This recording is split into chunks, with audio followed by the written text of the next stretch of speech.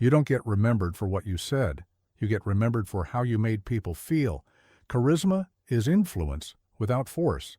It's confidence without arrogance. And the good news? It can be learned. In this video, I'll break down 5 habits that can make you magnetic, habits that shift how people see you, speak to you, and follow your lead. You're just a few changes away from becoming unforgettable. Subscribe to our channel if you're ready to master your mind, and tell us where are you watching from. Let me tell you something that might surprise you. Charisma isn't some magical gift bestowed upon a lucky few at birth. No, what I've learned through decades of teaching and observing human nature is far more empowering. Charisma is a choice you make every single day. And today we're going to unlock the science and psychology behind this transformative truth.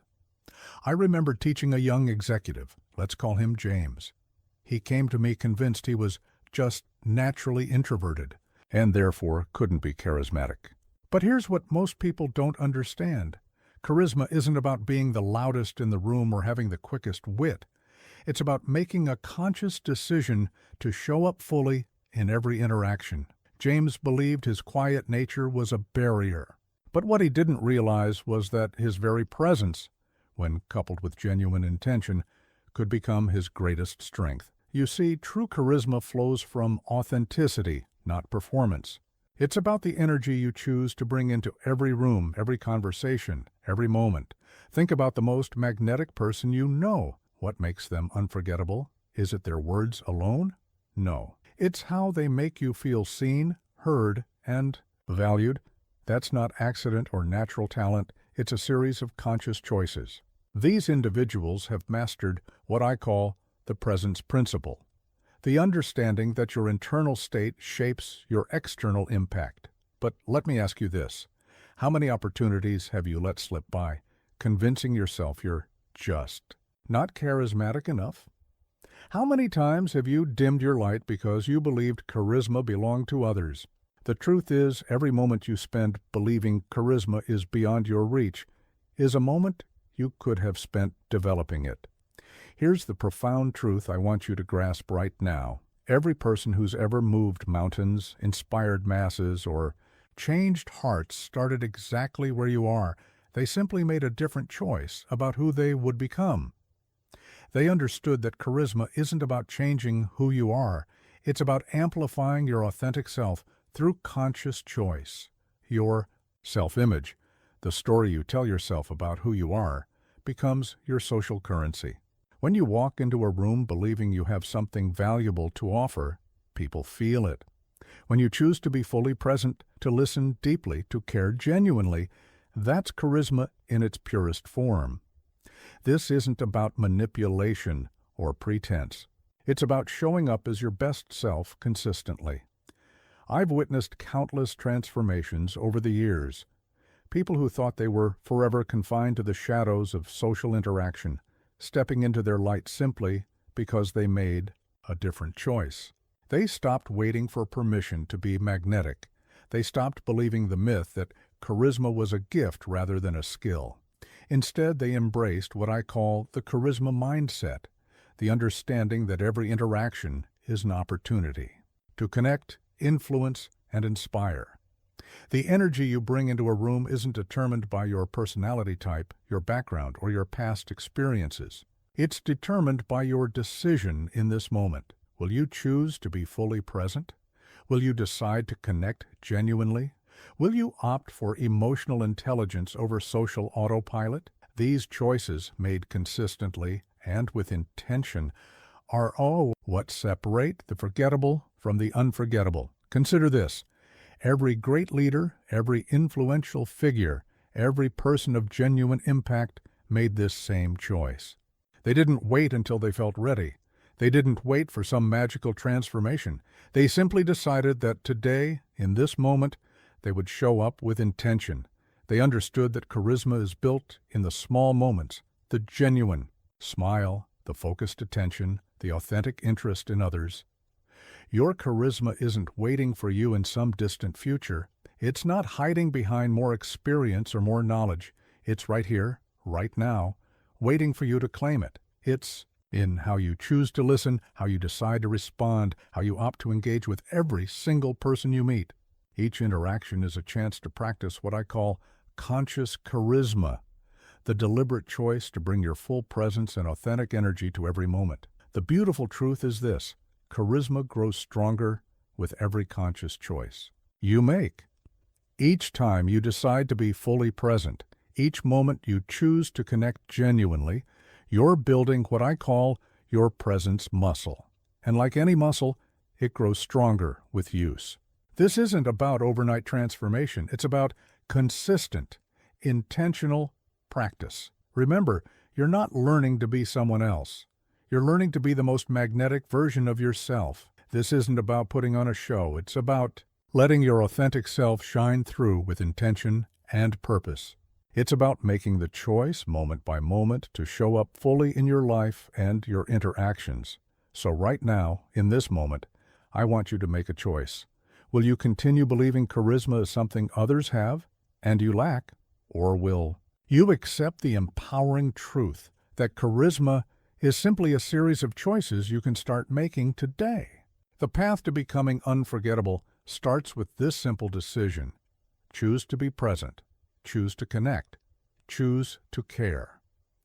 Your charisma journey begins not with grand gestures or dramatic changes, but with this fundamental shift in how you see yourself and your potential for impact. 5 seconds. That's all it takes for someone to form their first impression of you. In those precious moments, before you've even spoken a word, people have already made judgments about your confidence, competence, and character. But here's what most people don't understand. These crucial first moments aren't left to chance. They can be engineered. I once worked with a woman named Sarah, a brilliant scientist who couldn't understand why her groundbreaking research wasn't getting the attention it deserved. Her knowledge was impeccable, her discoveries remarkable, but something was missing. When she entered a room, her shoulders curved inward, her eyes darted to the floor, and her energy seemed to collapse in on itself. The truth? Her presence was undermining her brilliance. But let me ask you this. Have you ever noticed how some people seem to command attention the moment they walk through a door? It's not their clothes, though they may dress well. It's not their physical appearance, though they might be attractive. It's something far more fundamental, something I call their presence signature. This presence signature is composed of 3 critical elements: your physical stance, your emotional state, and your energetic projection. Master these, and you'll transform how people perceive you before you say a single word. Let me show you how. First, let's talk about your physical foundation. Stand up right now, wherever you are. Feel your feet planted firmly on the ground. Imagine a string pulling your spine straight up toward the ceiling, and let your shoulders fall naturally back and down. Already you've changed your presence.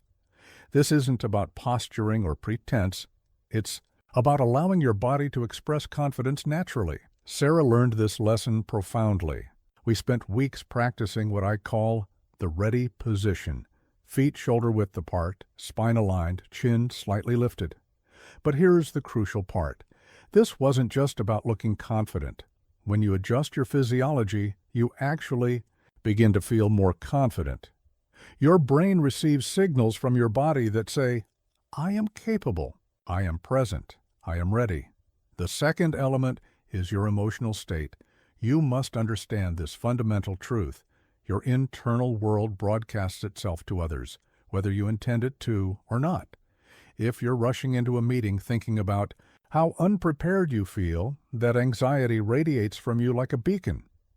Instead, I teach what I call the power pause, taking 30 seconds before any important interaction to center yourself and choose your emotional state. Here's what most people don't realize. Emotion is contagious, but it travels from the most powerful presence in the room.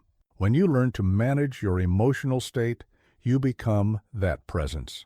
You become the person who walks in and immediately elevates the energy of the entire room. The third element is what I call energetic projection, the subtle but powerful way you direct your attention and intention. Think of it like a spotlight. Where you choose to focus your energy shapes how others respond to you. When you enter a room, are you thinking about how you look, what others think of you, or what might go wrong? If so, you're directing your energy inward, creating a closed loop that others can sense. Instead, try this.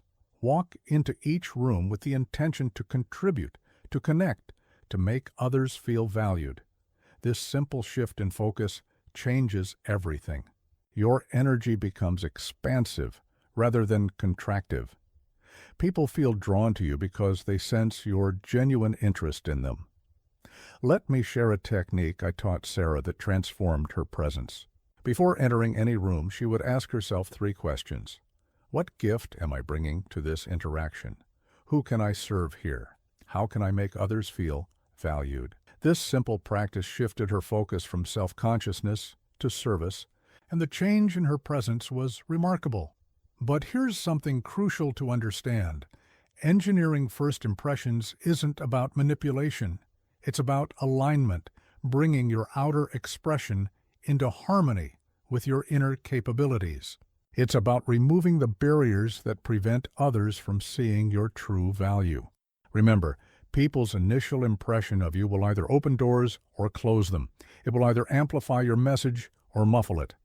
This isn't fair, but it is reality. The good news, you have far more control over this than you might think. I've seen thousands of people transform how they're perceived by understanding and applying these principles. The shy researcher who learned to fill a room with her presence. The talented executive who finally began receiving the recognition he deserved. The passionate entrepreneur whose ideas finally got the attention they warranted. The change begins the moment you realize that first impressions aren't about luck or natural talent. They're about understanding the subtle psychology of human perception and choosing to show up in a way that authentically communicates your value. So tomorrow, when you walk into that meeting, that interview, that presentation, remember this. You have the power to shape how others perceive you from the very first moment. Your presence is speaking long before your words do. Make sure it's telling the story you want to tell. Words are merely containers. What you fill them with, that's what changes lives. I learned this lesson early in my career when I watched a seasoned speaker address a crowd with the simplest of stories. He wasn't using grand vocabulary or complex theories. Instead, he was painting pictures in people's minds, touching hearts with the colors of human experience. Here's what most people don't understand about charismatic speech. It's not about what you say. It's about how you make people feel when you say it. The most powerful words are often the simplest ones, delivered with the right emotion, at the perfect moment. I remember working with a young manager named Michael, who had all the technical knowledge in the world but couldn't seem to get his team excited about their projects. His presentations were flawless, his logic impeccable, but his words fell flat. They reached the ears of his audience, but never touched their hearts. You're giving speeches, I told him, when you should be sharing. Stories. You're presenting information when you should be creating experiences. This is the fundamental shift that transforms ordinary communication into charismatic connection. Let me show you the 3 dimensions of speaking that make people feel your words, not just hear them. I call this the resonance triangle: emotional, truth, rhythmic delivery, and story structure. Master these and you'll never give another forgettable presentation in your life. First, emotional truth. Every time you speak, you must first connect with the emotion you want to convey. Are you excited about this project? Then feel that excitement in your bones before you say a word. Are you concerned about a challenge? Let that concern show in your voice. People don't follow logic. They follow feeling. They don't remember points. They remember passion. But here's the crucial part. This isn't about performing emotions. It's about allowing yourself to be genuinely moved by what you're saying. I taught Michael to spend 5 minutes before each presentation connecting with why he genuinely cared about his topic. The transformation was immediate and profound. His team didn't just hear about project milestones, they felt his enthusiasm for the possibilities. The second dimension is rhythmic delivery. Your voice is an instrument, and like any instrument, it can create harmony or discord. Vary your pace, quick for excitement, slower for importance. Play with pitch, higher for energy, lower for authority. Use pauses not just to breathe, but to let your most powerful points sink in. Try this exercise right now. Take the simplest sentence. Today is different. Now say it 3 ways, as a whispered secret, as an excited discovery, as a solemn declaration. Feel how the same words carry completely different emotional weights. This is the power of rhythmic delivery. The third dimension is story structure. Human beings are wired for stories. Our brains light up differently when we hear "once upon a time" versus "here are the quarterly results." Even the most technical information can and should be wrapped in narrative structure. I taught Michael to restructure his project updates as stories of challenge, discovery, and triumph. Instead of saying, "we need to optimize our processes," he learned to say, "imagine walking into an office where every team member knows exactly how their work creates customer happiness." See the difference? The first is an abstract concept. The second is an experience his team could feel and visualize. But let me share something crucial. Charismatic speaking isn't about memorizing patterns or practicing gestures. It's about removing the barriers between your authentic emotion and its expression. It's about letting your true conviction shine through every word. Here's a technique I call emotional anchoring. Before any important communication, identify the core feeling you want your audience to walk away with. Is it confidence, hope, determination? Let that feeling be your North Star. Every word, every pause, every change in tone should serve that emotional journey. Remember, people may doubt your logic, but they can't deny your authentic emotion. When you speak from genuine conviction, when you allow yourself to be moved by your own message, you create what I call emotional resonance. This is the secret frequency of charismatic communication. Think about the last time someone's words truly moved you. What made them memorable wasn't their vocabulary or their volume. It was their ability to make you feel something real, something important, something true. They spoke not just to your mind, but to your heart, your hopes, your hidden dreams. I've seen countless people transform their impact by understanding this principle. The shy teacher who learned to fill her classroom with wonder. The uncertain leader who found his voice of authority. The passionate innovator who finally got others to see her vision. They all discovered the same truth. Charismatic speaking isn't about being perfect. It's about being present and passionate. So the next time you stand to speak, remember this. Your words are bridges between hearts, not just exchanges of information. Speak from your core truth. Vary your delivery with purpose and wrap your message in story.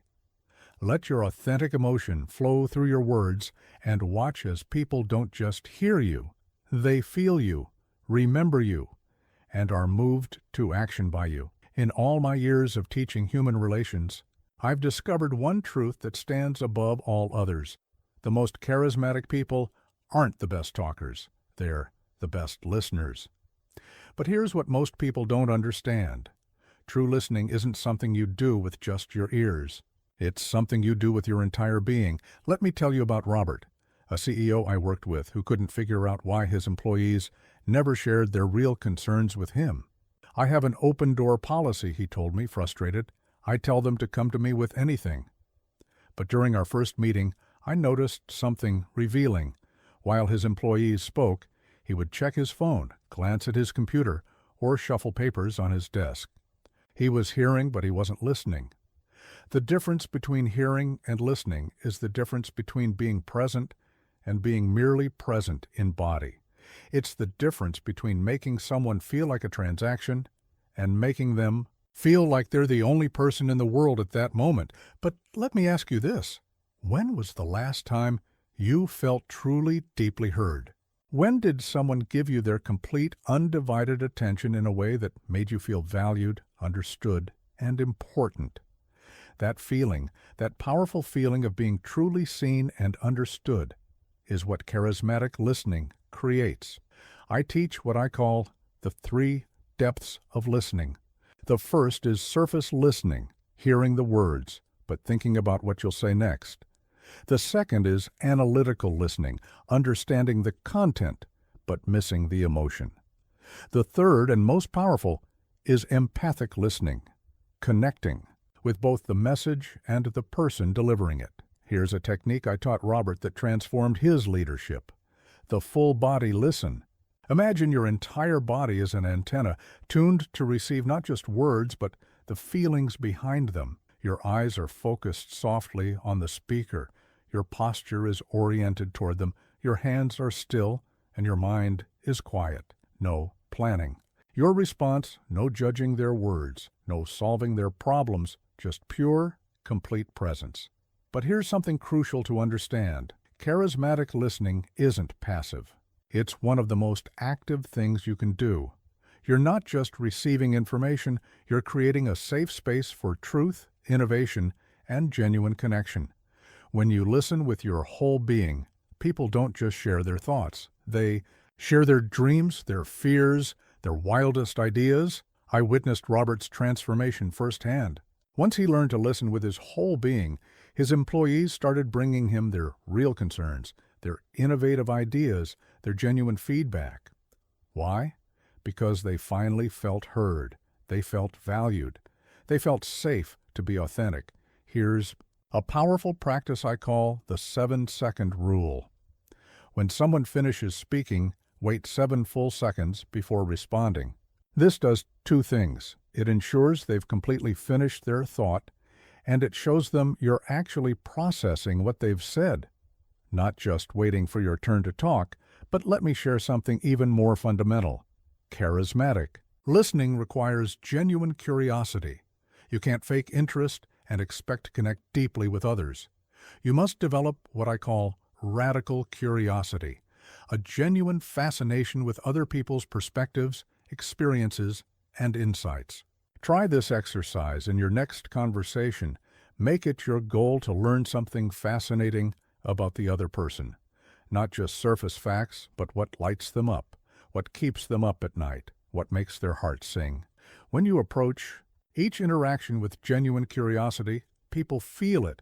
They open up. They share more deeply. Remember, everyone you meet knows something you don't. Everyone has experiences you can learn from, perspectives that could enrich your understanding, insights that could change your view of the world.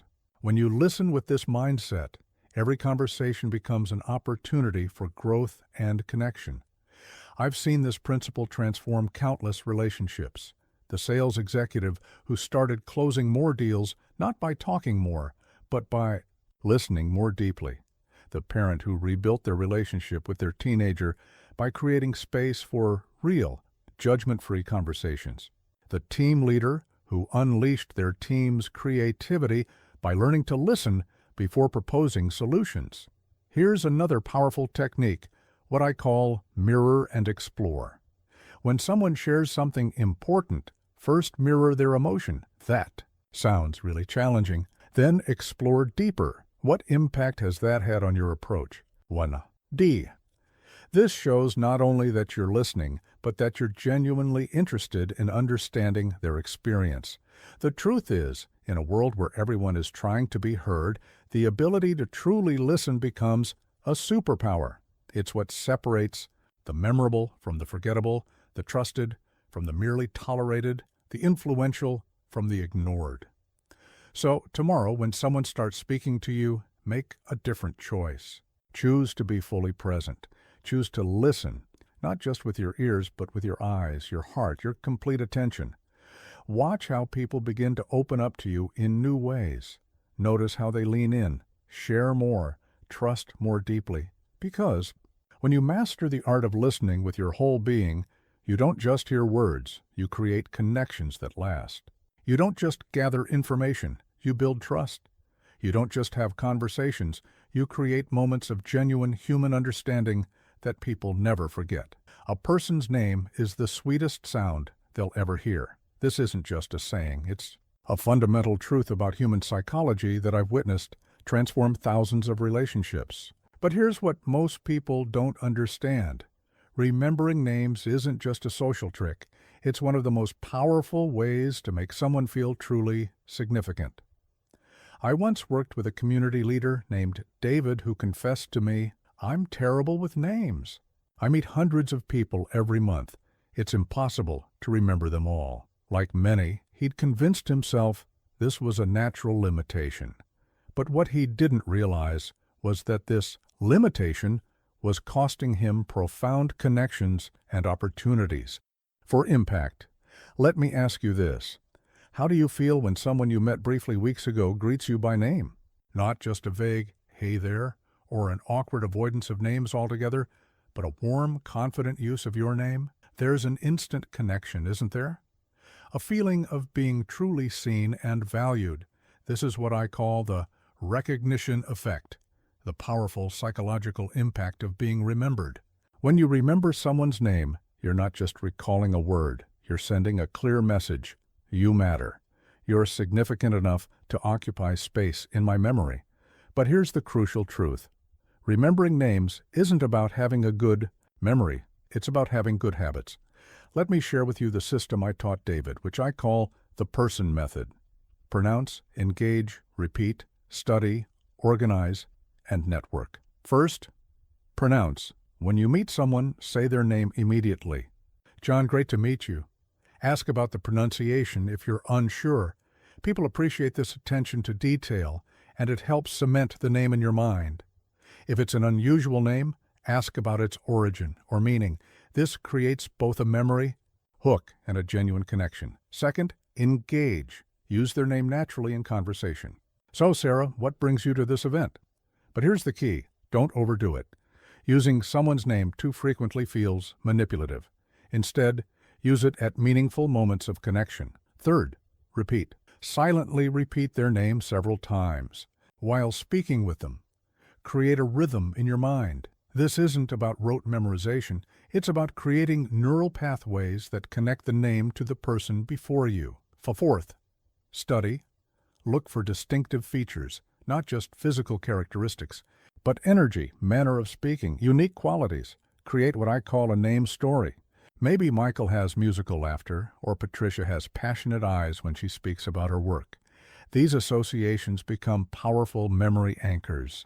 Fifth, organize. At the end of each day, review the names of people you've met. I taught David to keep what I call a connection journal.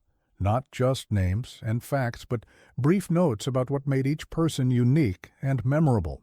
This isn't just about memory, it's about genuine interest in others. Finally, network.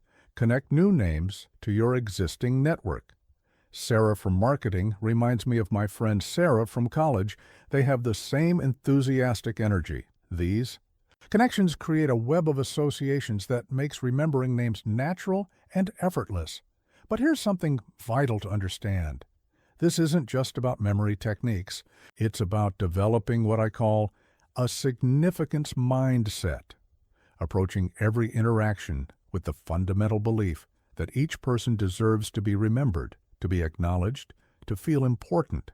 I watched David transform from someone who couldn't remember names to someone known throughout his community for his remarkable ability to make everyone feel valued.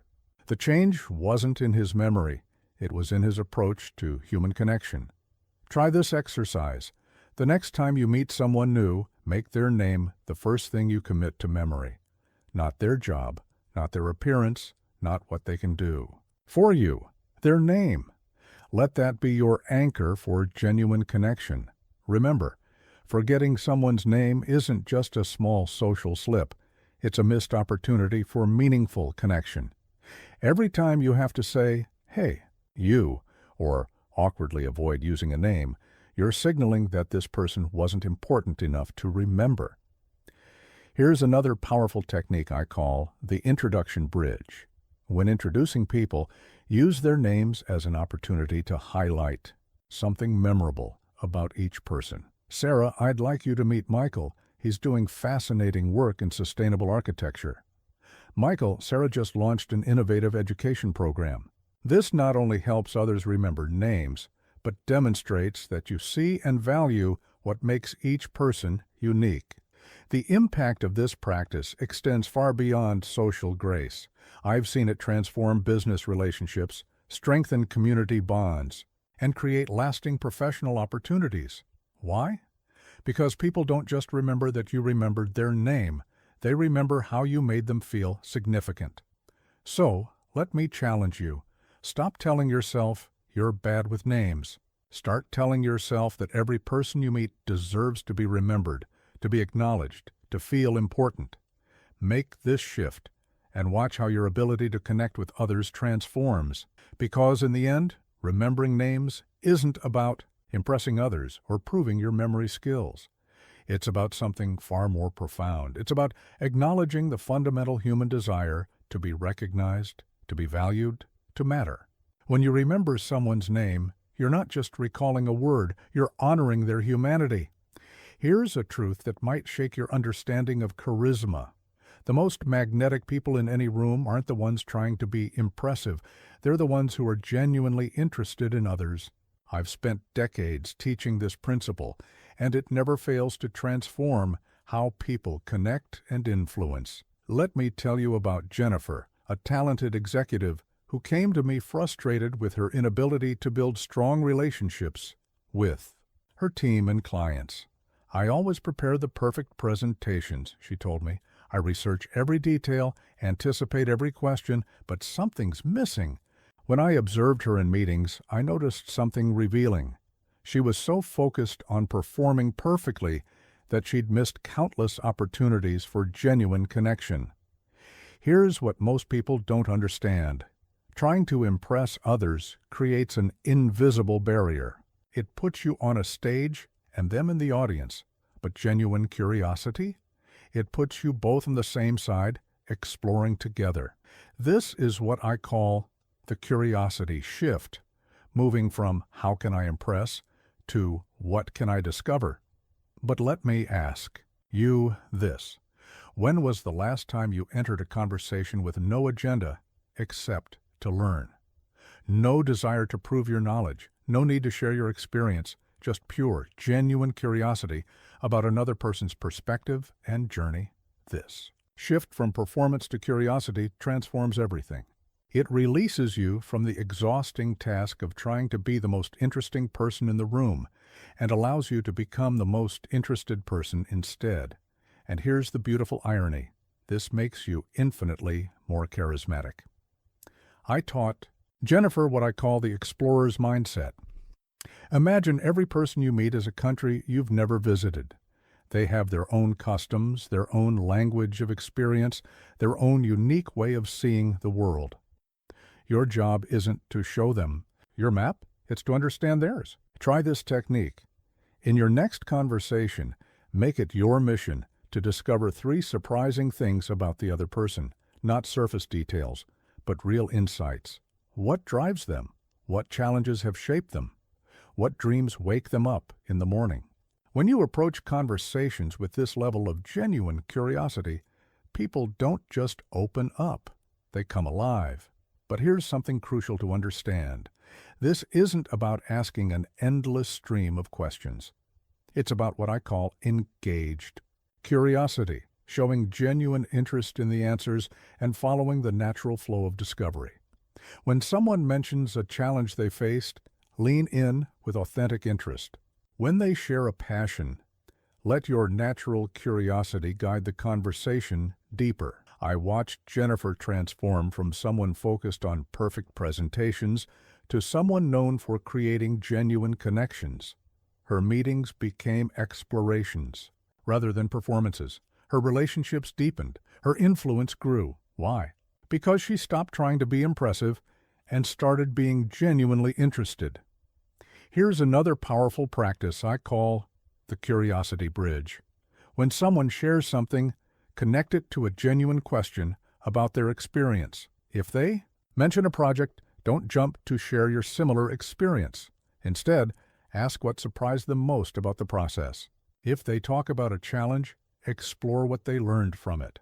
Remember, every person you meet is living through their own epic story. They're the hero of their own journey, facing their own challenges, celebrating their own victories, nursing their own wounds. When you approach them with genuine curiosity, you're not just making conversation, you're acknowledging the significance of their story. This shift requires courage. It means letting go of the need to prove yourself. It means being willing to not know, to be surprised, to have your assumptions challenged. But the rewards are transformative. When you lead with curiosity, people don't just share information. They share themselves. I've seen this principle revolutionize countless relationships. The sales director who stopped pitching and started exploring customer needs, his sales doubled. The team leader who began asking instead of telling, her team's innovation soared. The parent who replaced lectures with curious questions, their relationship with their teenager transformed. Let me share another technique, what I call the curiosity pause. When someone shares something, pause for a moment to truly consider what they've said. Don't rush to respond or relate. Let their words sink in. Then ask a question that shows you're not just hearing their words, you're engaging with their meaning. The truth is, in a world where everyone is trying to stand out, be noticed, be influential, genuine curiosity has become a rare and precious quality. It's what separates the truly charismatic from the merely attention-seeking, the genuinely influential from the superficially impressive. So, tomorrow, when you enter a conversation, make a different choice. Instead of preparing your stories, prepare your curiosity. Instead of thinking about what you'll say, think about what you might discover. Watch how people respond when they feel your genuine interest. Notice how they open up, share more deeply, connect more authentically. Because when you master the art of genuine curiosity, you don't just learn about others, you create spaces where real connection can flourish. You don't just gather information, you build trust. You don't just have conversations, you create moments of discovery that people never forget. Of all the nonverbal tools we possess, none is more powerful than eye contact. It's the bridge between souls, the channel through which trust flows, and the foundation of genuine connection. But here's what most people don't understand. Mastering eye contact isn't about staring. It's about creating moments of authentic human connection. I remember working with Thomas, a brilliant young attorney, who couldn't understand why his arguments, though legally sound, often failed to persuade. When I observed him in court, I noticed something telling. His eyes constantly darted between his notes, the judge, and the floor. He was speaking to the room, but he wasn't connecting with anyone. Here's what most people don't realize. Your eyes speak a language of their own. Every glance, every moment of connection, every subtle shift tells a story about your confidence, your sincerity, and your presence. But the key isn't in maintaining unbroken eye contact. It's in mastering what I call the connection rhythm. Let me ask you this. Have you ever been in a conversation where someone's eye contact made you feel uncomfortable? Perhaps they stared too intensely, making you feel like prey being hunted? Or maybe they barely met your eyes at all, leaving you wondering if they were even listening. Both extremes break the delicate dance of human connection. The secret lies in understanding the three zones of eye contact: the connection zone, the break zone, and the return zone. Master these and you'll transform how people experience your presence. This is what I call the triangle of trust. The connection zone is where true engagement happens. When someone is speaking, your eyes should rest gently on theirs, not drilling into them, but maintaining what I call soft focus. Imagine you're looking at their whole face, with their eyes as the center point. This creates connection without intimidation. Thomas learned this technique, and it transformed his courtroom presence. Instead of darting glances, he learned to create moments of genuine connection, first with the judge, then with the jury members, making each person feel seen and understood. But here's something crucial. Effective eye contact isn't about duration. it's about quality. I teach what I call the 3-second rule. In most Western cultures, comfortable eye contact in conversation lasts about 3 seconds before needing a natural break. Any longer can feel intense. Any shorter can seem evasive. The break zone is equally important. These are the natural moments when you break eye contact to gesture, to reference something, or simply to give both parties a moment of psychological space. But here's the key. Break contact by looking to the side, not down. Looking down can signal submission or insecurity, while looking to the side maintains your presence while providing a natural pause. The return zone is where many people stumble. They break eye contact but never quite find their way back to meaningful connection. The secret is to return to eye contact with purpose and warmth. This creates what I call connection cycles, rhythmic patterns of engagement that feel natural and build trust. Try this exercise. In your next conversation, practice the soft triangle. As you speak, move your gaze gently between the person's eyes and the bridge of their nose, forming a small triangle. This creates connection without intensity and allows you to maintain comfortable eye contact for longer periods. But remember this fundamental truth. Authentic eye contact isn't about technique. It's about presence. When you're genuinely interested in someone, when you're fully present in the conversation, proper eye contact flows naturally. This is what I call connected presence. I've seen this principle transform countless interactions. The sales professional who learned to create trust through consistent, comfortable eye contact. The teacher who learned to engage an entire classroom by making each student feel seen. The leader who learned to convey authority and approachability through balanced visual connection. Here's another powerful technique, what I call the connection confirmation. When making an important point or listening to someone share something meaningful, maintain slightly longer eye contact while nodding slowly. This communicates not just attention, but deep understanding. The truth is, in our increasingly digital world, the ability to create genuine eye contact has become even more valuable. It's what separates surface interactions from meaningful connections, casual conversations from moments of genuine understanding. But let me share something vital. Mastering eye contact isn't about manipulation. It's about multiplication. You're not trying to control others, you're multiplying the impact of your authentic presence. When you learn to connect through your eyes, you amplify every other aspect of your charisma. I watched Thomas transform from someone who spoke at people to someone who connected with them. His arguments didn't change, but his impact did. Why? Because he learned that persuasion doesn't happen through words alone.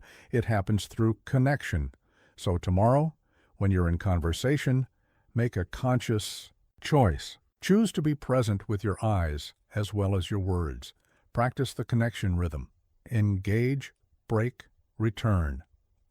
Watch how people respond differently when they feel truly seen and understood. Because when you master the art of eye contact, you don't just communicate, you connect.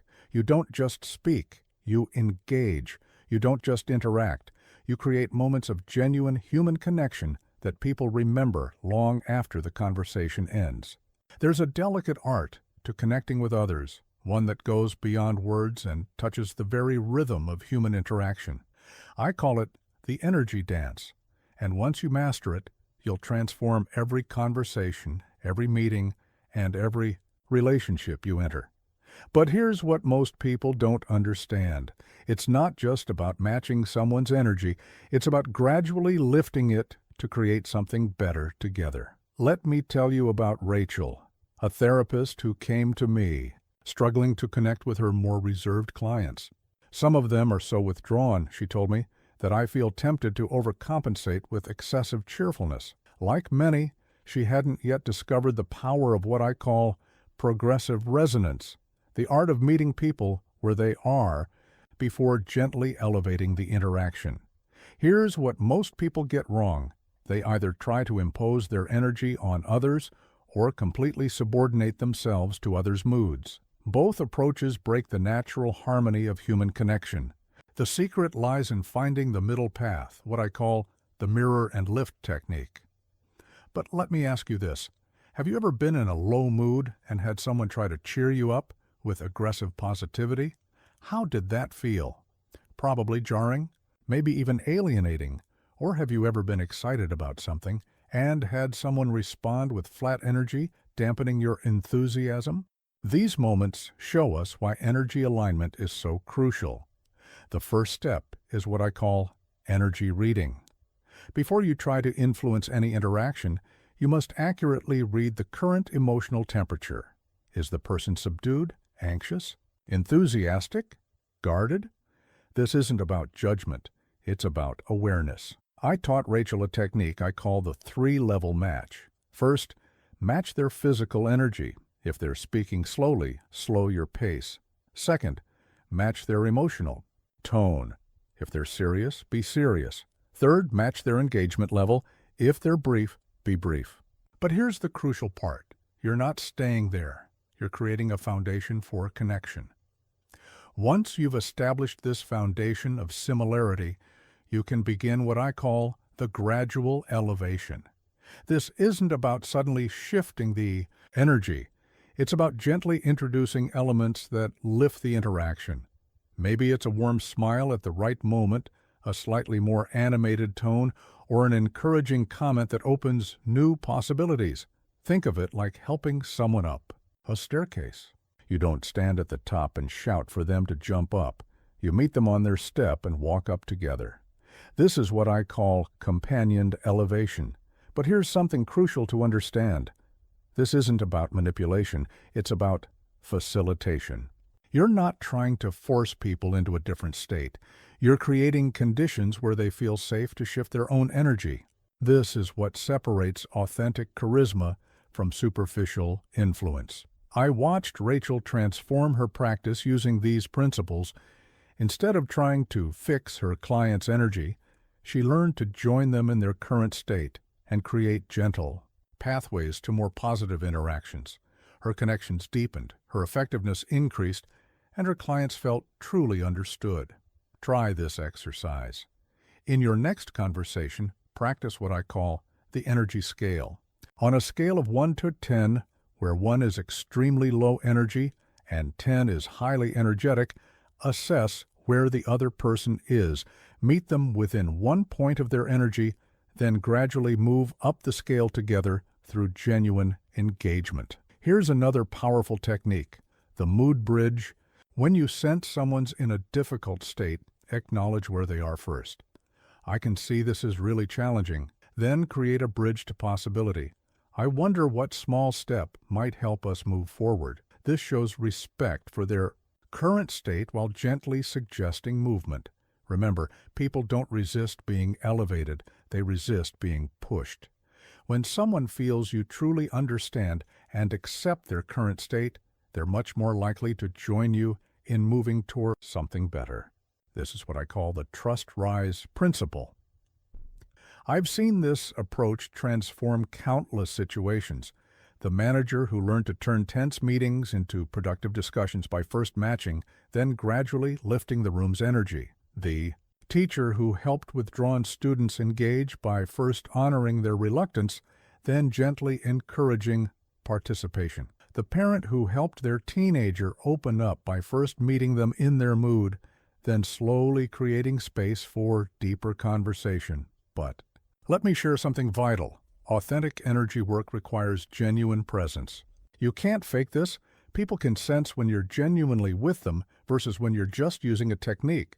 This is why I emphasize what I call genuine resonance, the authentic alignment of your energy with others before any attempt to shift the interaction.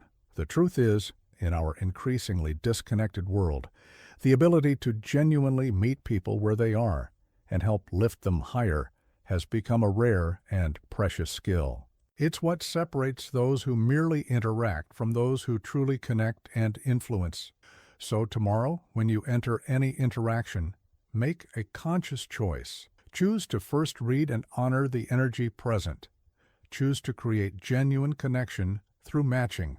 Then, and only then, choose to gently elevate the interaction towards something more positive. Because when you master this dance of energy, this delicate art of meeting and lifting, you don't just have conversations, you create transformations. You don't just interact, you elevate. You become not just a presence in people's lives, but a positive force that helps them move toward their better selves. The greatest misconception about power is that you must choose between being respected and being liked. In my decades of teaching leaders across the world, I've discovered that true charisma emerges when you master what I call the warmth-power balance, the ability to be simultaneously approachable and authoritative. Let me tell you about Marcus, a newly promoted executive who came to me with a common dilemma. If I'm too friendly, he said, people don't take me seriously.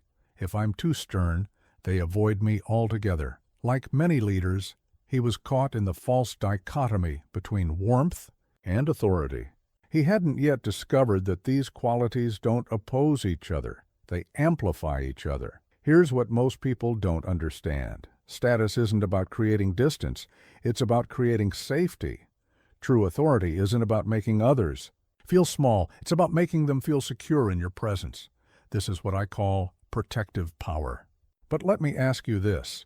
Think of the most influential person you've ever known personally. Were they distant and cold, or were they someone whose strength made you feel safer? Did their authority push you away, or did it create a space where you felt both protected and empowered? The secret lies in what I call the strong, warm protocol, a set of behaviors that communicate both capability and accessibility. First, establish your strength through competence and clarity.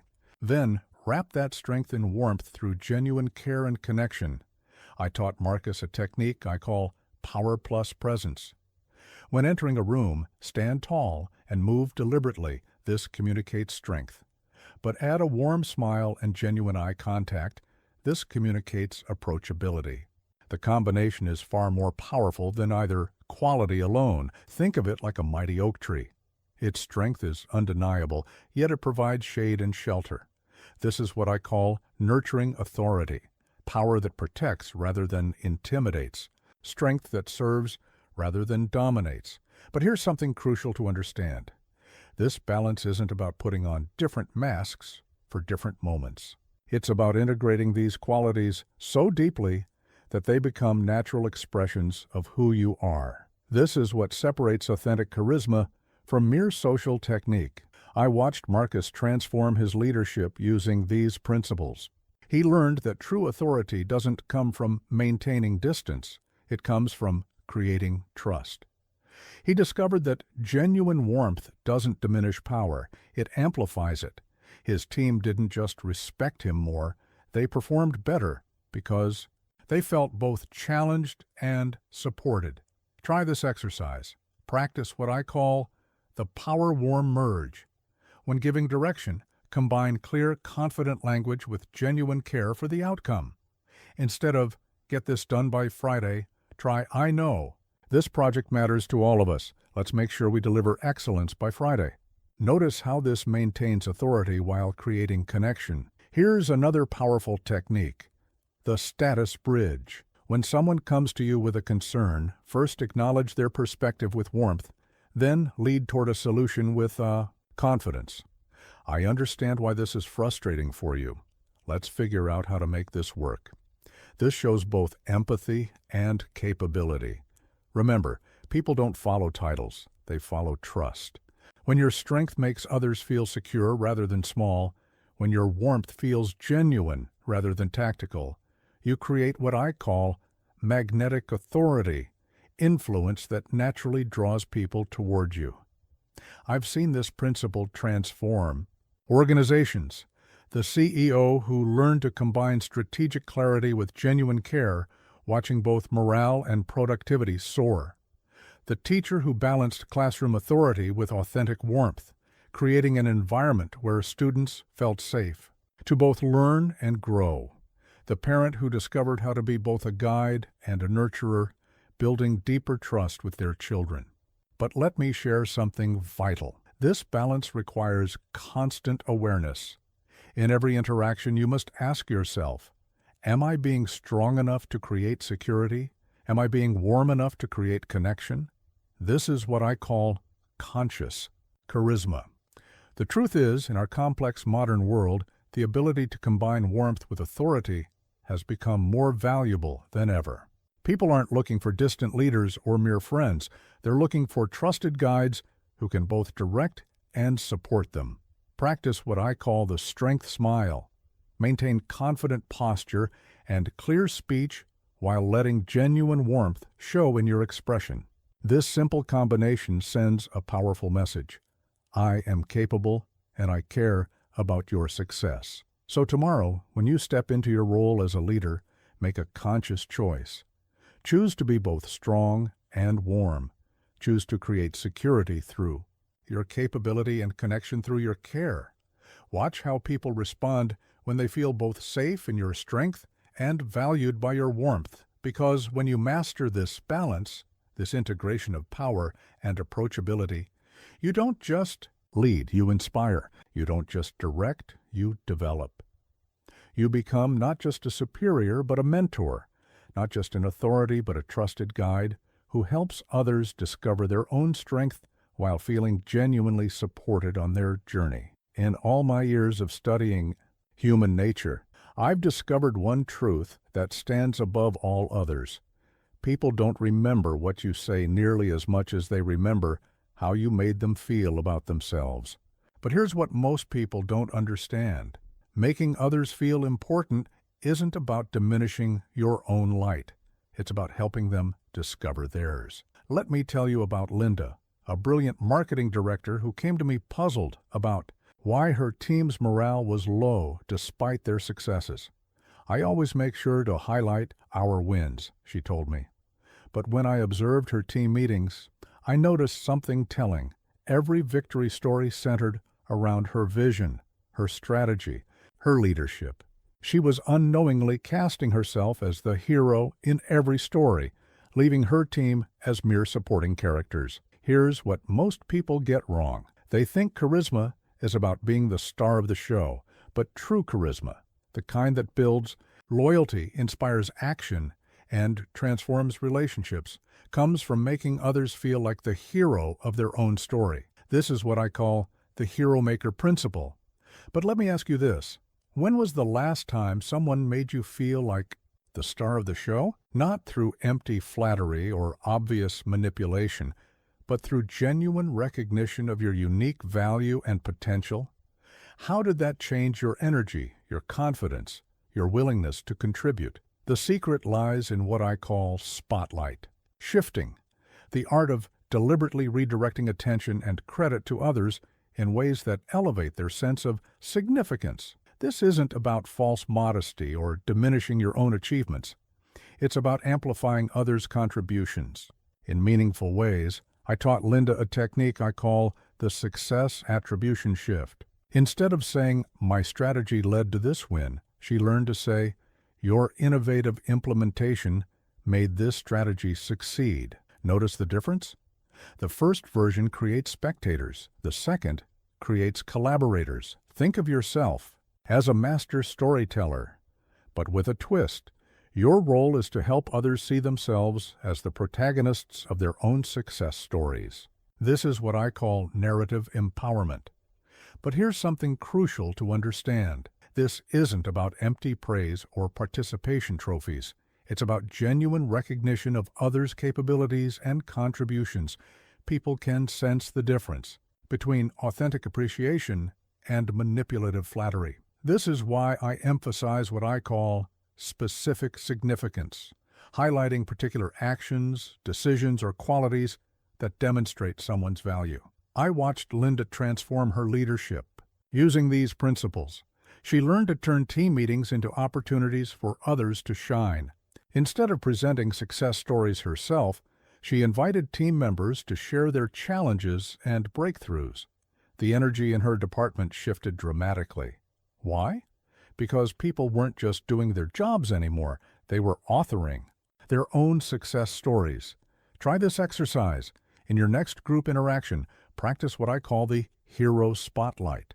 When someone makes a contribution, amplify it by connecting it to its larger impact. Sarah, your attention to detail in that report didn't just provide data, it gave us the insights we needed to make a crucial decision. That's the kind of thoroughness that moves our entire organization forward. Here's another powerful technique, the growth narrative. When discussing challenges, frame them as opportunities for others to demonstrate their capabilities. Instead of saying, "This is a difficult problem," try, "This is exactly the kind of challenge where your creative problem-solving skills could make a real difference." Remember, every person you meet is the main character in their own life story. When you help them see their role as significant and their potential as expansive, you don't just gain their attention, you earn their loyalty. This is what I call the protagonist effect. I've seen this principle transform organizations. The sales manager who learned to celebrate his team's innovative approaches rather than his own sales strategies. His department's performance soared.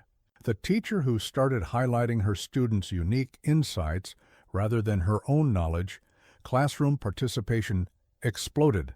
The parent who began focusing on their children's problem-solving abilities rather than providing solutions, watching their confidence and independence grow. But let me share something vital.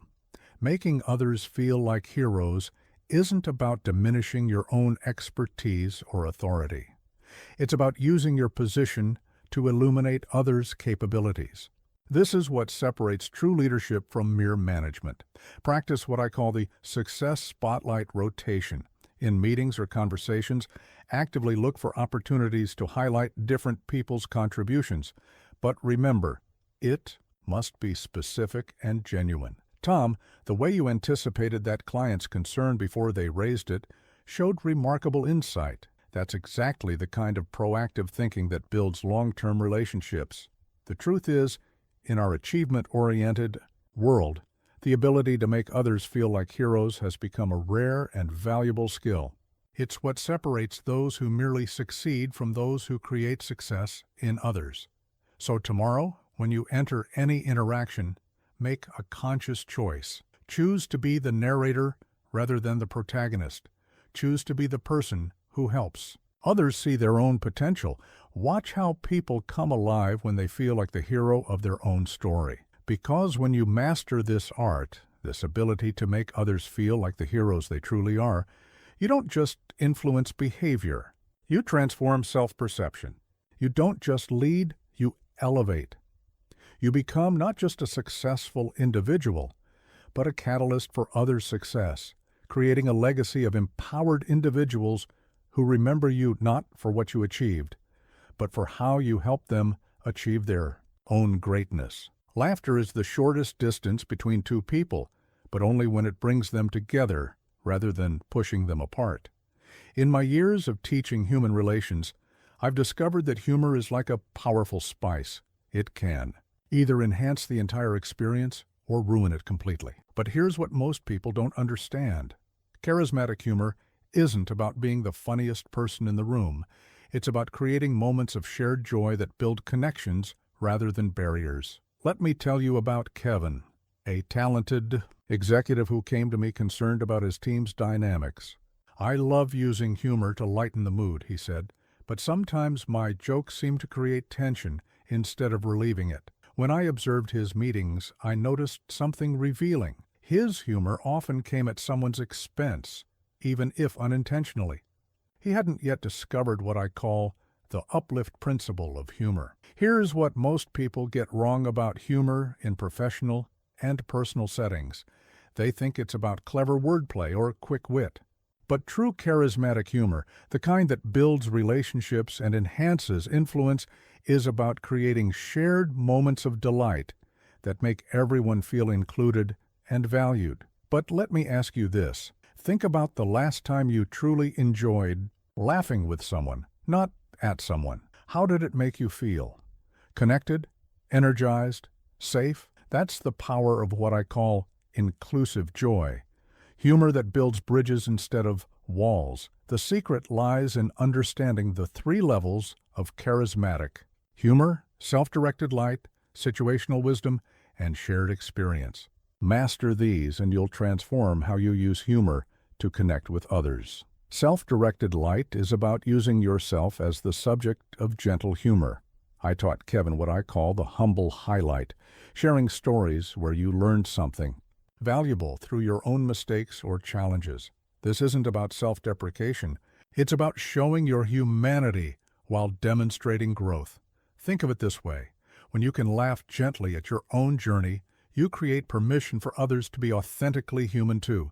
This is what I call connection through vulnerability. But here's something crucial to understand. Charismatic humor is never about proving how clever you are. It's about creating moments of shared enjoyment that make others feel good about themselves and their connection with you. This is why I emphasize what I call joy generation over joke generation. I watched Kevin transform his leadership using these principles. He learned to replace humor that divided with humor that united. Instead of quick quips about others' mistakes, he began sharing amusing stories about his own learning experiences. The atmosphere in his team shifted dramatically. Why? Because people no longer feared being the target of the next joke. They looked forward to moments of shared laughter. Try this exercise. Practice what I call the situation light. When facing a challenging moment, find something universally amusing about the situation itself, not the people involved. Isn't it funny how technology always knows exactly when we're running late to create an update? Here's another powerful technique, the joy bridge. When someone shares something challenging, acknowledge it with empathy. Then gently introduce light humor that creates perspective without diminishing their experience. Those kinds of days really test us, don't they? It reminds me of when This shows both understanding and the possibility of finding light even in difficult moments. Remember, laughter should be a gift you give, not a weapon you wield. When your humor consistently makes others feel good about themselves and their environment, you create what I call magnetic joy. People look forward to interacting with you because they know they'll feel better, not worse. I've seen this principle transform relationships. The manager who learned to use humor to diffuse tension rather than create it, his team's productivity soared. The salesperson who started sharing amusing industry stories rather than client criticisms, her relationships deepened. The parent who began finding funny moments in family challenges rather than pointing out mistakes, watching their home atmosphere become more positive and open. But let me share something vital. Timing is everything with humor. What might be perfectly appropriate in one moment could fall flat or even hurt in another. This is why I teach what I call emotional reading, the art of sensing when humor will help and when other approaches would serve better. Practice what I call the laughter check. Before sharing something amusing, ask yourself, will this make everyone feel included? Will it create a positive memory? Will it strengthen rather than strain relationships? This simple filter can transform how you use humor in all your interactions. The truth is, in our often serious world, the ability to bring appropriate, uplifting humor has become increasingly valuable. It's what separates those who merely communicate from those who truly connect. So tomorrow, when you see an opportunity for humor, make a conscious choice. Choose to create laughter that lifts rather than diminishes. Choose to share joy that includes rather than excludes. Watch how people respond when they know your humor will always make them feel better, not worse. Because when you master this art, this ability to use humor as a force for connection rather than division, you don't just make people laugh, you make them feel safe to be themselves. You don't just create moments of amusement, you build lasting bonds of trust and appreciation. You become not just a source of entertainment, but a creator of genuine human connection through the powerful medium of shared joy. The true measure of charisma isn't how you handle praise, it's how you handle pushback. In my decades of teaching human relations, I've discovered that the most magnetic people aren't those who never face criticism, but those who transform moments of disagreement into opportunities for deeper connection. But here's what most people don't understand. Handling criticism isn't about defending yourself. It's about building bridges, even when under fire. Let me tell you about Maria, a senior product manager who came to me frustrated with her team's resistance to feedback. Whenever I point out areas for improvement, she said, they become defensive or shut down completely. When I observed her interactions, I noticed something telling. She was delivering technically accurate feedback, but in a way that triggered defensive responses. She hadn't yet discovered what I call the connection before correction principle. Here's what most people get wrong about handling criticism, whether giving or receiving it. They treat it as a transaction of information rather than an opportunity for transformation. But true charismatic feedback, the kind that actually creates positive change, is about creating a safe space for growth and understanding. But let me ask you this. Think about the last time you received criticism that actually helped you grow. What made it different? Was it just the content of the feedback, or was it the way it made you feel about your capacity to improve? The secret lies in what I call the AAA approach. Acknowledge, align, and advance. Master this, and you'll transform every critical conversation into an opportunity for stronger connection. First, acknowledge. When receiving criticism, I taught Maria to start with what I call truth recognition. Instead of defending or explaining, begin by finding something true in the other person's perspective. You're right that the timeline could have been communicated more clearly, creates an immediate bridge of understanding. Think of criticism like a dance. When someone steps toward you with feedback, your first move sets the tone for the entire interaction. This is what I call the response rhythm. But here's something crucial to understand. Acknowledging isn't agreeing with everything being said. It's about demonstrating that you value the other person's perspective enough to truly consider it. This is why I emphasize what I call respectful reception over reflexive reaction. I watched Maria transform her leadership using these principles.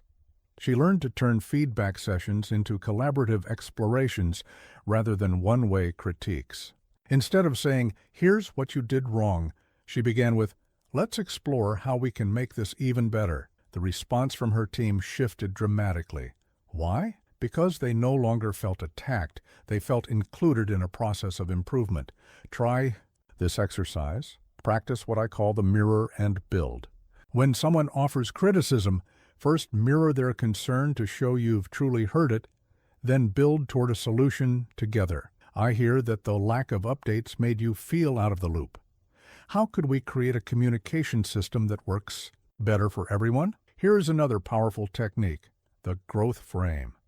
When delivering criticism, wrap it in a clear vision of positive potential. I'm sharing this because I've seen how exceptional your work can be, and I want to help remove any barriers to your success. This shows that your feedback comes from a place of support, not judgment.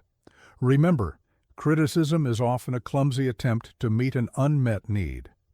When you can look past the delivery to understand the underlying concern, you create what I call connection. Through understanding, I've seen this principle transform organizations. The executive who learned to receive criticism as valuable market intelligence rather than personal attacks, his company's innovation soared. The teacher who started framing student mistakes as learning opportunities rather than failures, watching engagement and improvement accelerate.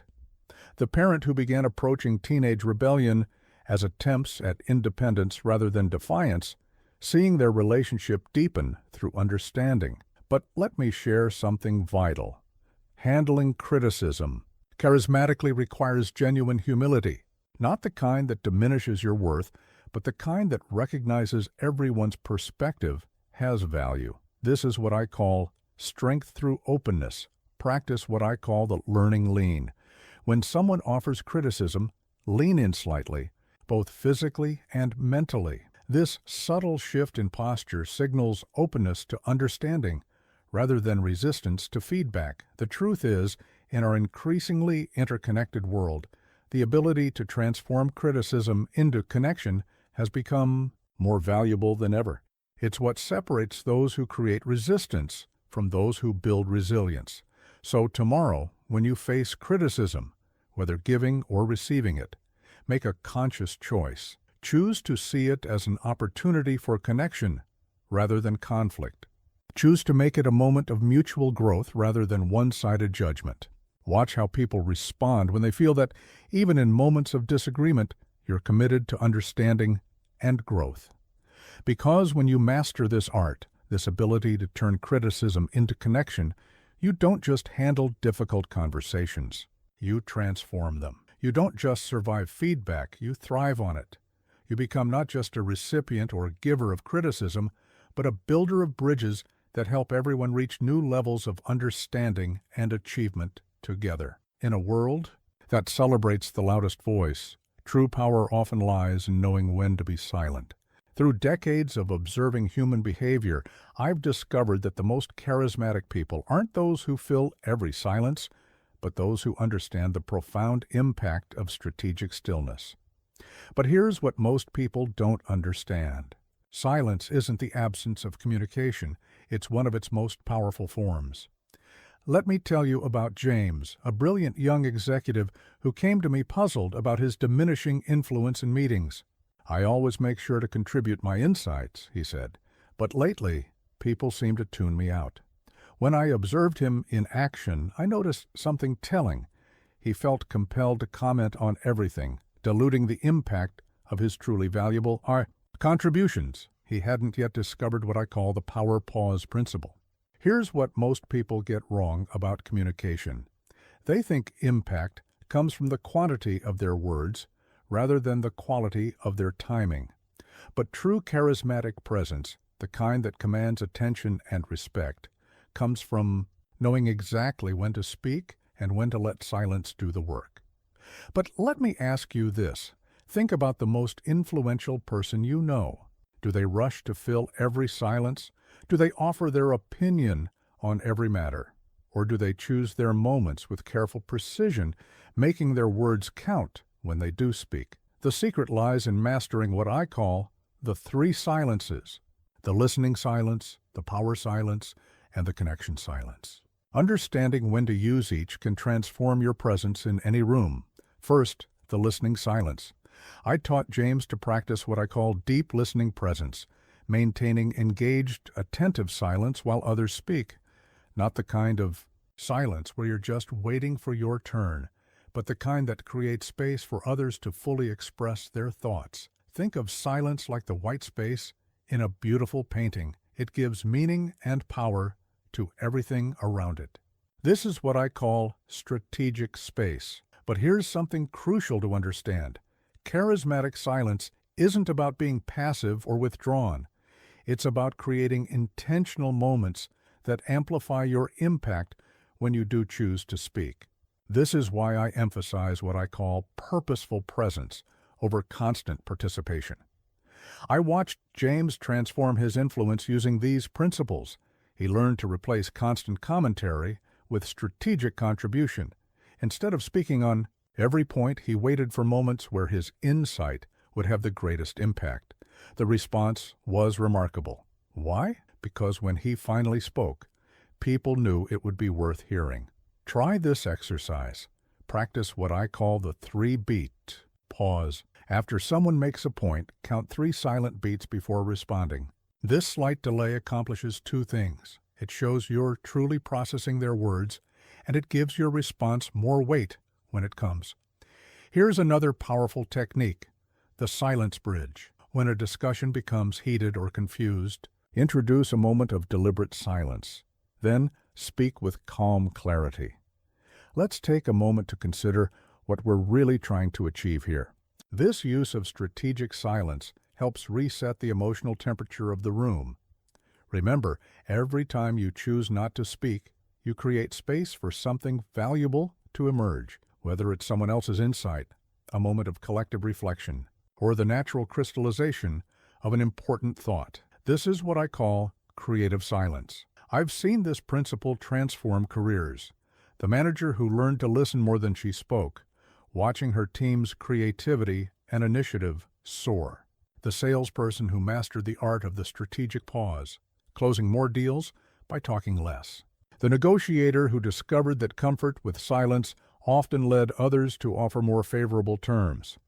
But let me share something vital.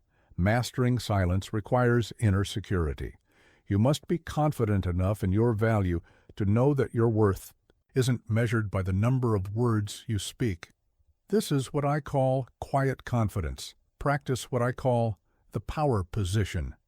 When others are speaking, maintain engaged eye contact and strong posture while remaining silent.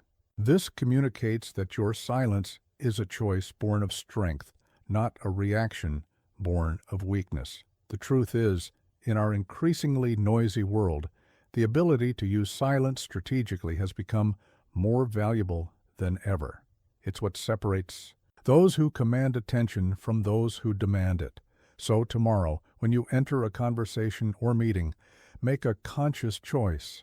Choose to create space rather than fill it. Choose to listen fully rather than plan your next comment. Watch how people respond when they sense that your silence is intentional and your words are chosen with care. Because when you master this art, this strategic use of silence, you don't just participate in conversations, you elevate them. You don't just speak, you influence. You become not just a voice in the room, but a presence that people wait to hear from, knowing that when you do speak, your words will carry the weight of thoughtful consideration and genuine insight. Remember, in a world where everyone is fighting to be heard, sometimes the most powerful choice is to be the one who listens, who waits, who creates space for understanding to emerge. Your silence, when used with purpose and presence, can speak volumes about your confidence, your wisdom, and your charismatic power. Charisma without consistency is like a firework, brilliant but brief. In my years of studying human influence, I've discovered that lasting impact doesn't come from occasional moments of brilliance, but from the steady light of reliable character. But here's what most people don't understand. Consistency isn't about being perfect. It's about being predictably authentic. Let me tell you about Diana, a talented entrepreneur who came to me frustrated with her team's wavering trust. I can inspire them in moments, she said, but something's missing in the long run. When I observed her leadership style, I noticed something revealing. Her energy, attention, and engagement fluctuated dramatically day to day. She hadn't yet discovered what I call the consistency compound effect. Here's what most people get wrong about charismatic consistency. They think it means maintaining an unchanging facade of perfection. But true charismatic consistency, the kind that builds lasting trust and influence, is about creating reliable patterns of authentic behavior that others can count on. But let me ask you this. Think about someone you trust deeply. What makes you trust them? Is it their occasional grand gestures, or is it their reliable presence, their consistent values, their dependable support through both challenges and triumphs? The secret lies in mastering what I call the 4 pillars of consistency: emotional stability, value alignment, behavioral reliability, and promise-keeping. Master these and you'll transform temporary influence into lasting impact. First, emotional stability. I taught Diana to practice what I call emotional anchoring, maintaining a consistent emotional baseline regardless of external circumstances. This doesn't mean suppressing emotions, it means processing them in a way that doesn't create uncertainty for others. Think of consistency like the foundation of a building. It's not the most exciting part, but without it, nothing else stands. This is what I call the trust foundation. But here's something crucial to understand. Charismatic consistency isn't about being robotically predictable. It's about creating a reliable framework within which you can be authentically spontaneous. This is why I emphasize what I call structured authenticity.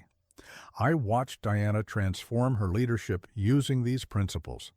She learned to replace emotional volatility with steady presence. Instead of swinging between intense involvement and distant disengagement, she developed sustainable patterns of engagement. The impact was profound. Why? Because her team finally knew what to expect. They could count on her consistent support. And clear communication. Try this exercise. Practice what I call the value check. At the end of each day, review your decisions and interactions. Did they align with your stated values? Were you consistent in your treatment of different people? This daily reflection helps build conscious consistency.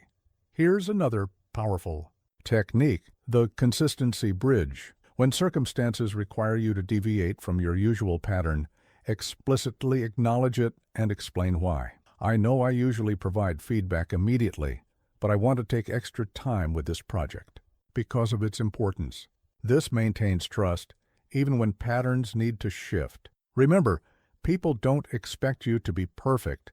They expect you to be predictable in your core values and behaviors. When they can rely on your fundamental character, they can forgive occasional missteps. This is what I call trustworthy imperfection. I've seen this principle transform organizations.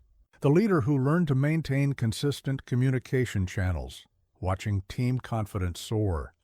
The mentor who developed reliable support patterns, seeing protégés flourish under predictable guidance. The parent who established consistent boundaries, witnessing their children develop greater security and confidence. But let me share something vital. Maintaining consistency requires energy management. You must be intentional about sustaining your physical, emotional, and mental resources to show up reliably for others. This is what I call sustainable charisma. Practice what I call the consistency ritual.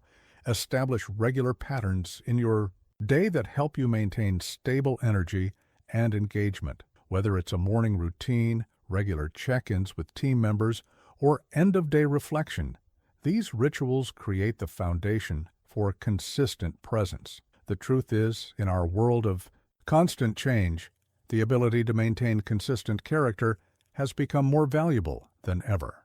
It's what separates those who create lasting impact from those who merely make temporary impressions. So tomorrow, when you start your day, make a conscious choice. Choose to be reliably present rather than sporadically brilliant. Choose to build trust through consistent actions rather than occasional grand gestures. Watch how people respond when they sense they can count on your character, not just your charisma. Because when you master this art, this foundation of consistency, you don't just influence moments, you shape lasting perceptions. You don't just create temporary enthusiasm, you build enduring trust. You become not just a charismatic presence, but a reliable force that people can count on for guidance, support, and authentic leadership. Remember, charisma may catch attention, but consistency keeps it. In a world where many seek to stand out through dramatic flourishes, your reliable character becomes a beacon that others naturally navigate by. Your consistency becomes the foundation upon which lasting influence is built, one dependable day at a time. Long before you speak your first word in any room, your energy has already delivered a message. Through years of studying human dynamics, I've discovered that people don't just respond to what you say or do, they react to the invisible force field of energy you bring with you. But here's what most people don't understand. This energy isn't mystical or unchangeable. It's a conscious choice you can learn to master. Let me tell you about Michael, a brilliant physician who came to me confused about why his patients seemed anxious despite his excellent medical knowledge. I tell them everything they need to know, he said, but something's not connecting. When I observed his consultations, I noticed something telling. While his words were reassuring, his energy was rushed and tense. He hadn't yet discovered what I call the energy precedence principle. Here's what most people get wrong about personals. Energy, they think it's simply a reflection of how they feel in the moment.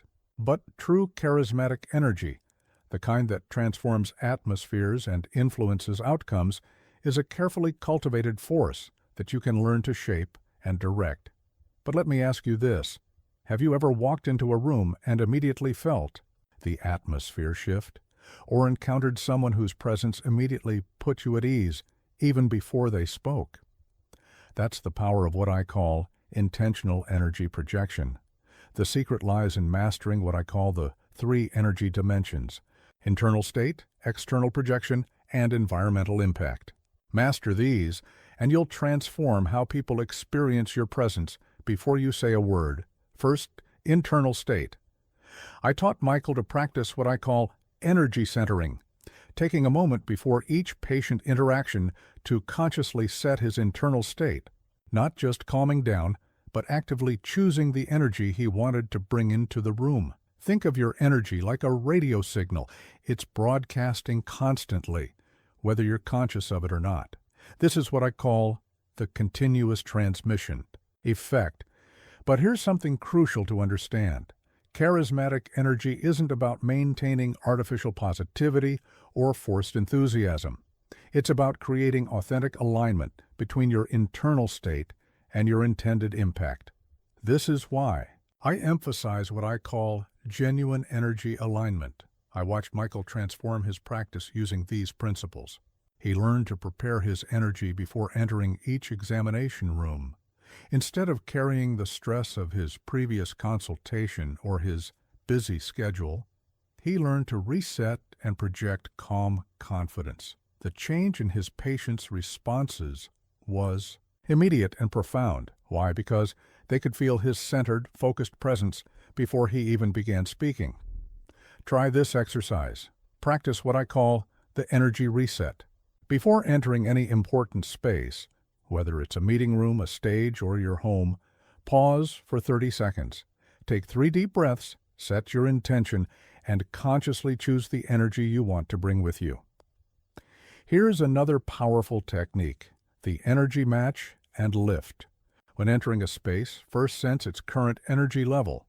Match it briefly to create connection, then gradually elevate it to where it needs to be. This creates what I call influential resonance. Remember, your energy isn't just affecting others, it's creating the environment in which all interaction will occur. When you learn to manage and direct your energy consciously, you create what I call environmental leadership. I've seen this principle transform careers. The teacher who learned to reset her energy between classes, watching student engagement soar. The executive who mastered energy projection before presentations, seeing audience response transform. The parent who began consciously shifting energy when coming home, experiencing deeper family connections. But let me share something vital. Managing your energy requires self-awareness and regular renewal. You must become attuned to your own energy levels and learn to replenish them intentionally. This is what I call energy sustainability. Practice what I call the energy inventory. Throughout your day, take quick moments to check your energy state. Is it aligned with your intentions? Is it serving your purposes? Is it positively affecting those around you? This conscious monitoring allows you to adjust and realign as needed. The truth is, in our increasingly interconnected world, the ability to consciously manage and project positive energy has become more valuable than ever. It's what separates those who drain environments from those who elevate them. So tomorrow, when you prepare to enter any space, make a conscious choice. Choose to be aware of the energy you're bringing. Choose to take responsibility for its impact. Watch how people respond when they sense your intentional, positive presence before you even begin to speak. Because when you master this art, this conscious management of personal energy, you don't just enter rooms, you transform them. You don't just attend meetings, you elevate them. You become not just a participant in various environments, but a catalyst for positive energy wherever you go. Remember, your energy is your advanced team, your silent ambassador, your invisible impact. When you learn to manage it consciously and project it positively, you create an environment of possibility before you say a single word. In a world where everyone is trying to make their mark through words and actions, Your energy becomes the unseen force that shapes experiences and influences outcomes from the moment you appear. True influence is like gravity, an invisible force that attracts rather than pushes. In my years of studying human behavior, I have discovered that the most powerful form of influence often goes unnoticed by those being influenced. But here's what most people don't understand. Genuine influence isn't about convincing or persuading. It's about creating an environment where others naturally choose the path you've illuminated. Let me tell you about Sandra, a senior marketing director who came to me frustrated with her team's resistance to new initiatives. "I know these changes will benefit everyone," she said, "but I can't seem to get buy-in." When I observed her approach, I noticed something telling. She was trying to force agreement through logic and authority alone. She hadn't yet discovered what I call the invisible influence principle. Here's what most people get wrong about influence.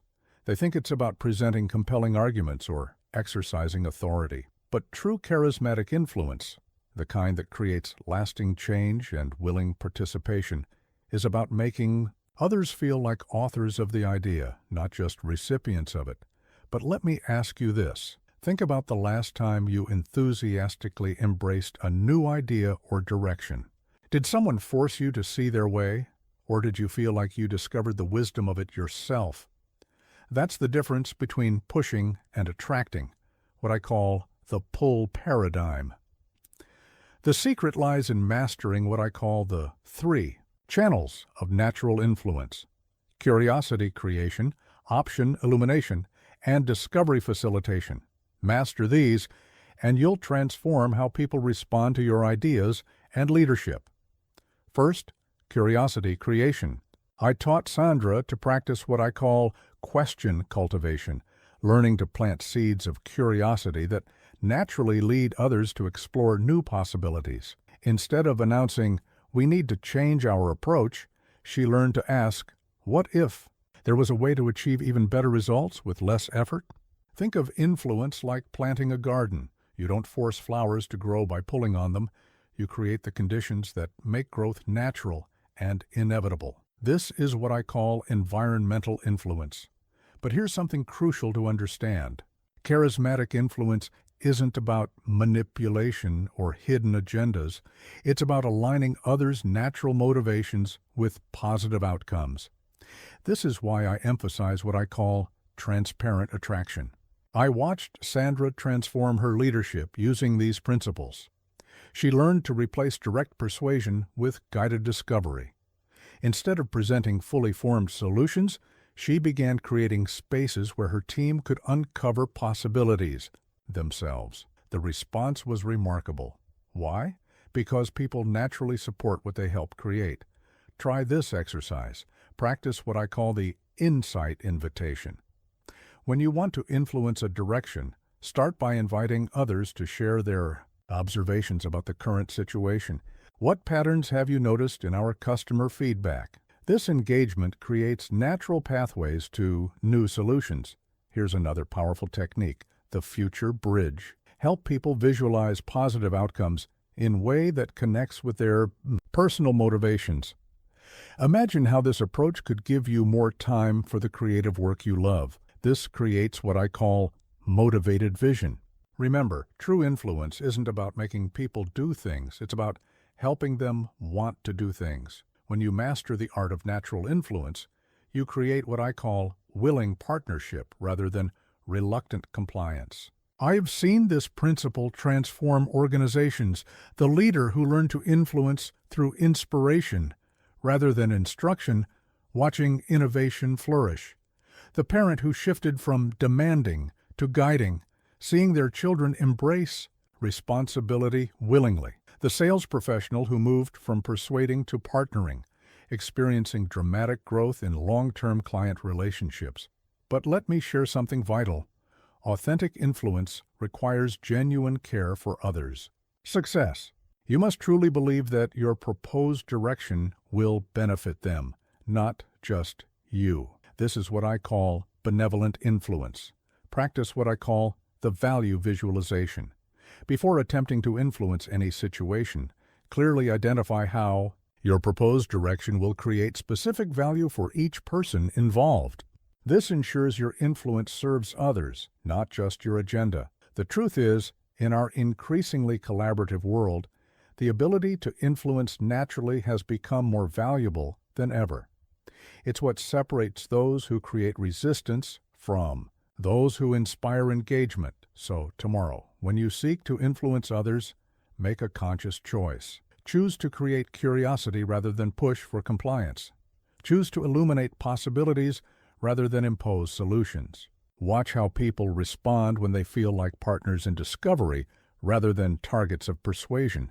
Because when you master this art, this natural form of influence, you don't just change behaviors, you transform mindsets. You don't just get compliance, you gain commitment. You become not just a leader who directs, but a force that naturally attracts others toward better possibilities. Remember, the most powerful influence often feels like self-discovery to those being influenced. When you learn to create environments where others naturally gravitate toward positive change, you achieve what force could never accomplish. Your influence becomes a subtle force that shapes choices while honoring autonomy, creating willing partners in progress rather than reluctant followers of direction. Anyone can be charismatic when things are going well, but the true measure of magnetic leadership emerges in moments of crisis, when chaos threatens and others look to you for direction. In my years of studying leadership under pressure, I've discovered that crisis doesn't just test charisma, it reveals its deepest essence. But here's what most people don't understand. Charisma in crisis isn't about having all the answers. It's about maintaining a center of gravity that others can rely on. Let me tell you about Robert, a CEO who came to me during a company-threatening crisis. "I know I need to project confidence," he said, "but inside, I'm as uncertain as everyone else." When I observed his leadership team meetings, I noticed something telling. He was oscillating between false bravado and visible anxiety. He hadn't yet discovered what I call the steady center principle. Here's what most people get wrong about crisis leadership. They think it requires unwavering certainty or unshakable courage. But true charismatic crisis leadership, the kind that actually guides people through storms, is about creating islands of clarity in seas of uncertainty. But let me ask you this. Think about someone who helped you through your darkest moment. Was it their certainty that comforted you, or their steady presence? Was it their answers that helped, or their ability to stay with you in the questions? This is what I call anchored leadership. The secret lies in mastering what I call the I. 3 pillars of crisis charisma: emotional stability, clear communication, and forward motion. Master these and you'll transform how people experience your leadership when it matters most. First, emotional stability. I taught Robert to practice what I call centered response, maintaining a stable emotional core while acknowledging the reality of the situation. Not false calm, but genuine steadiness that others can rely on. Think of crisis charisma like being the eye of a hurricane, still and clear at the center while chaos swirls around. This is what I call the calm core effect. But here's something crucial to understand. Charismatic crisis leadership isn't about pretending everything is fine. It's about demonstrating that challenges can be faced and managed with clarity and purpose. This is why I emphasize what I call transparent strength. I watched Robert transform his leadership using these principles. He learned to replace reactive responses with intentional presence. Instead of swinging between overconfidence and visible fear, he developed a steady, authentic approach that acknowledged challenges while maintaining focus on solutions. The impact on his team was profound. Why? Because they finally had a reliable center of gravity during uncertainty. Try this exercise. Practice what I call the crisis compass. When chaos erupts, take a deliberate moment to orient yourself. What's the core truth of the situation? What's the next clear step? What do people need most right now? This creates what I call directional clarity. Here's another powerful technique, the stability bridge. When everything seems to be falling apart, create connections between what's known and what's uncertain. Here's what we know for sure. Here's what we're working to understand. And here's what we're doing right now. This provides a framework that helps people navigate uncertainty. Remember, in crisis, people don't expect you to have all the answers. They need you to help them think clearly about the questions. When you can maintain composure while acknowledging reality, you create what I call trusted navigation. I've seen this principle transform organizations during their darkest hours. The leader who maintained steady communication during massive layoffs, preserving trust and dignity in the process. The teacher who guided her students through community tragedy, creating space for both grief and growth. The parent who navigated family crisis, providing stability while allowing authentic emotion. But let me share something vital. Crisis charisma requires genuine self-management. You must learn to process your own anxiety and uncertainty in healthy ways so you can remain a stable force for others. This is what I call leadership self-care. Practice what I call the pressure release valve. Establish regular private moments to acknowledge your own fears and uncertainties so you can return to your public role with authentic strength. Remember, acknowledging reality isn't weakness, it's the foundation of genuine strength. The truth is, in our increasingly volatile world, the ability to maintain charismatic presence during crisis has become more valuable than ever. It's what separates those who crumble under pressure from those who help others rise through it. So, tomorrow, when crisis strikes, whether it's a major organizational challenge or a personal team emergency, make a conscious choice. Choose to be a steady center rather than a reactive force. Choose to acknowledge reality while maintaining focus on possibility. Watch how people respond when they sense they can rely on your stability even when everything else feels uncertain. Because when you master this art, this ability to maintain charismatic presence during crisis, you don't just survive challenges, you help others grow through them. You don't just manage problems, you transform them into opportunities for demonstrating resilience and building trust.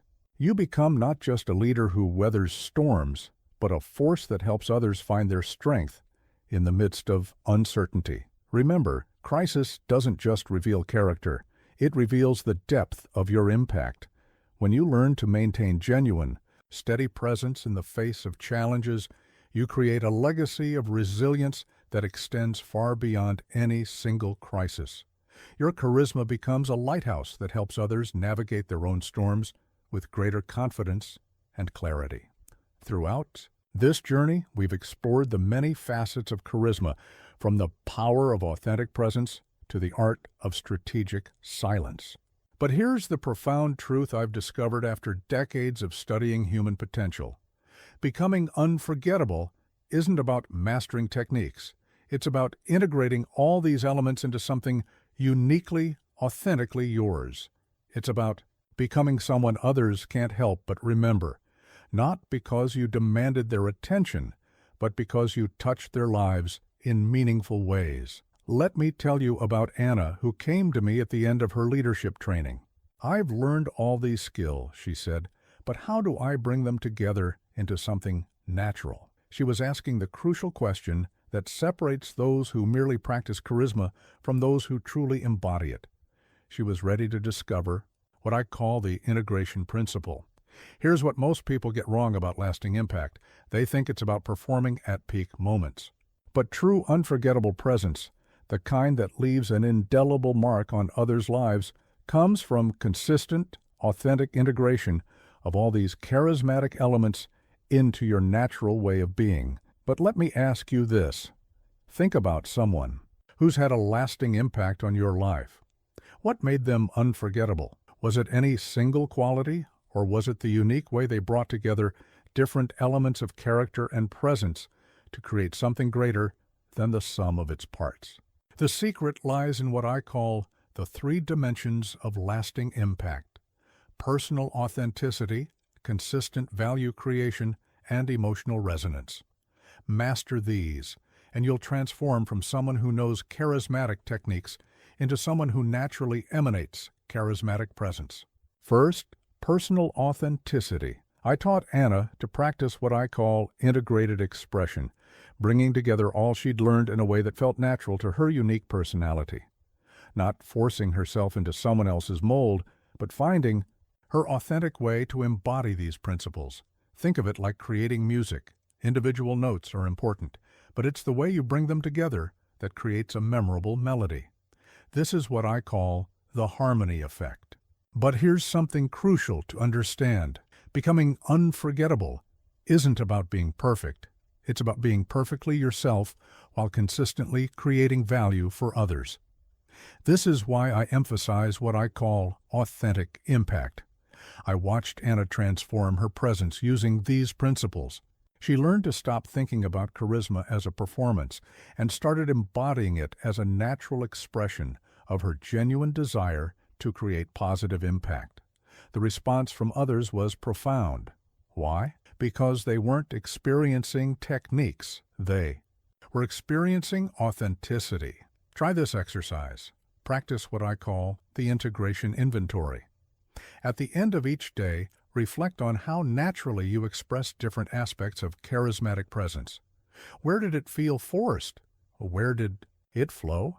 This awareness helps you refine your authentic expression. Here's another powerful technique, the value vision. Before any interaction, ask yourself, how can I bring together everything I've learned to create genuine value here? This creates what I call purposeful presence. Remember, people don't remember you for your techniques. They remember you for how you made them feel about themselves and their possibilities.